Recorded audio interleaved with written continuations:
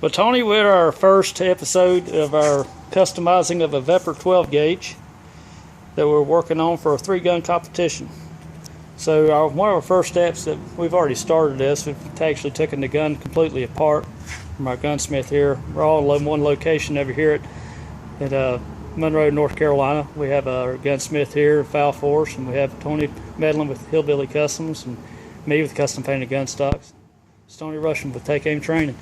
But what we have here is a VEPR 12 gauge that is set up for competition, for a competition shooter, of course. And one of our first things that we've done here is we've took the gun apart completely, and we're just doing some custom work to it. And one of the first things we've done is polished a bolt on it.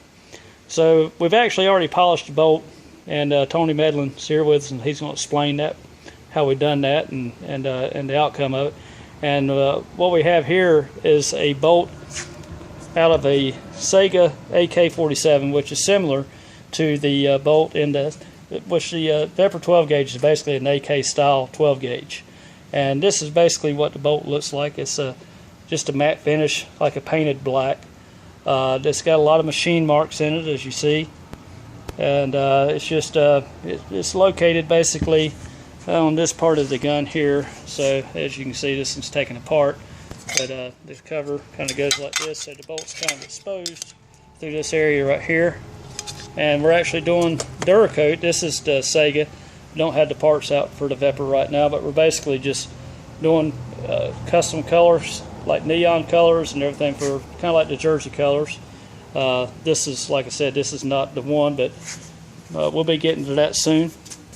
But here, what we're doing today is that Tony Medlin has started this project, and he has done a very good job. And I'm going to go ahead and pull that out now, what he's done. And here's some other stuff that we've done here that we've been working on. There's a finished product that we have started on here. But I'm going to start out by let Tony talk about his education a little bit. Tony, where did you get your education experience from doing these this nice polishing and engraving that you do? I went to Montgomery Community College over in Troy, North Carolina. I started off with hand engraving, and there learned how to do master polish finishing on guns and other metal parts and stuff. Okay. Well, Tony, we have this bolt that you polished out, and like I said, it looked just like the Sega AK before, but this is it now. And as you can see yourself in it, which is not such a good thing for some of us. But anyway, well, don't show me then. It looks very nice. As you can see, this is a lot different as far as the difference in the style. But as you can see, it's got a lot different look to it, and it's just something that can really stand out on the side of the gun. Like a sore thumb. Like a sore thumb. It just stands out, and it'll actually, in the light, it'll probably give the competitor, the competition, a little bit something to be nervous about. So anyway, it's just a lot. It's just a lot more custom. It's just something that really stands out nice and just really gives you a lot of attention. Yeah, and gives you that custom look. Gives you the custom look, and if you can imagine what the colors are going to look like I said, this is part one. We're going to go over the whole entire gun, from the stock pieces to the receiver to the barrels, and with all these different colors. And like I said, we want you to stay tuned. If you'd like to subscribe to our YouTube, we're going to be posting a lot of these upgrades with this VEPR coming soon, and until we get this all done. And when we get done, maybe we can make them go bang bang. We're going to make them go bang bang. And the bolt, Tony, I think this probably should work smoother now that it's all polished out like this now, shouldn't it? It should. So tell me how you started out with this. How did you get this? How did you achieve this?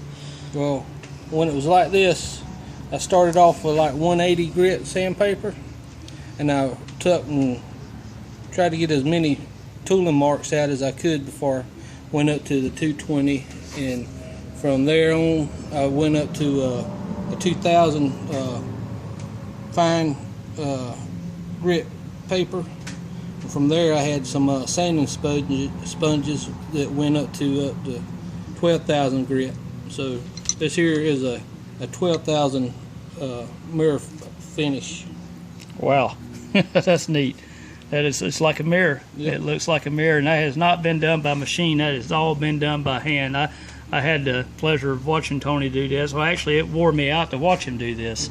So he does it all by hand. And Tony, how many hours you figured into sanding this? I know you were on this for a couple of days, 2 or 3 days or more. I was gonna say something this small. It took maybe 12 hours or so, since it's a small piece.